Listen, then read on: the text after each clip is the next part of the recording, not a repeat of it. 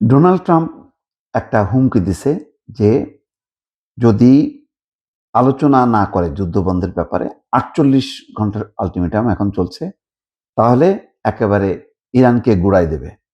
তো তার বিপরীতে একটা রিপোর্ট দেখছি যে ইসলামাবাদে আলোচনা হতে পারে শর্ত সাপেক্ষে।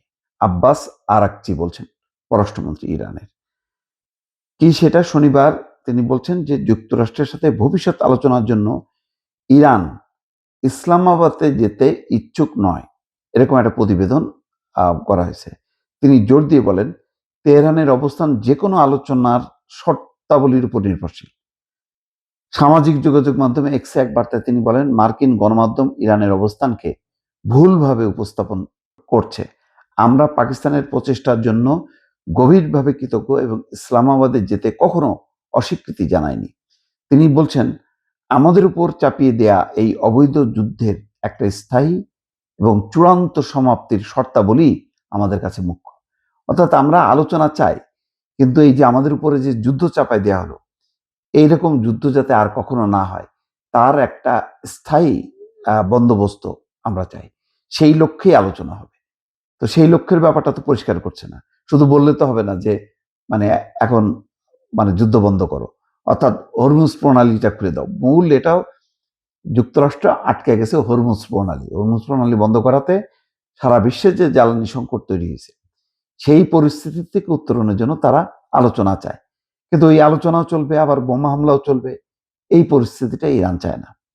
তিনি বলছেন যে তিনি মন্তব্যটি করেন দ্য ওয়াল স্ট্রিট জার্নালের একটি প্রতিবেদনে প্রকাশে একদিন পর, যেখানে বলা হয় মার্কিন দাবির প্রতি আপত্তি জানিয়ে এবং পাকিস্তানের প্রচেষ্টা থমকে গেছে বলে ইঙ্গিত করে ইরানের ইসলামাবাদে আলোচনায় অংশ নিতে অস্বীকৃতি জানিয়েছে।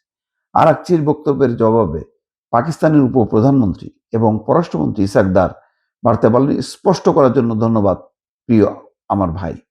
আরাকচির এই বক্তব্য এমন এক সময় এলো যখন আলোচনা স্থগিত হয়ে পড়েছে এবং তেহরান এখনো কোনো ইঙ্গিত দেয়নি মধ্যস্থতাকারীদের। পাকিস্তানি কর্মকর্তা জানিয়েছে তারা আলোচনায় অংশগ্রহণে উদ্বুদ্ধ করার জন্য ইরানের প্রেসিডেন্ট মাসুদ পেজেশকিয়ান এবং আরাকচির সাথে যোগাযোগ রাখছেন।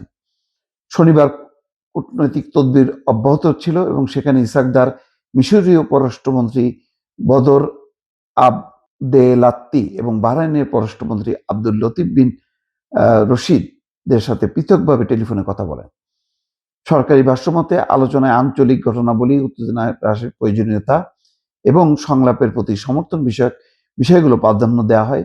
জায়ানির সাথে কথোপকথনের ইসাকদার পাকিস্তান চীনের 5 দফা উদ্যোগের কথা তুলে ধরেন। উপসাগরীয় এবং মধ্যপ্রাচ্যের স্থায়ী শান্তির জন্য একটা কার্যকর হতে পারে উত্তেজনা প্রশমনে আলোচনা এবং কূটনৈতিক পদক্ষেপ প্রয়োজন।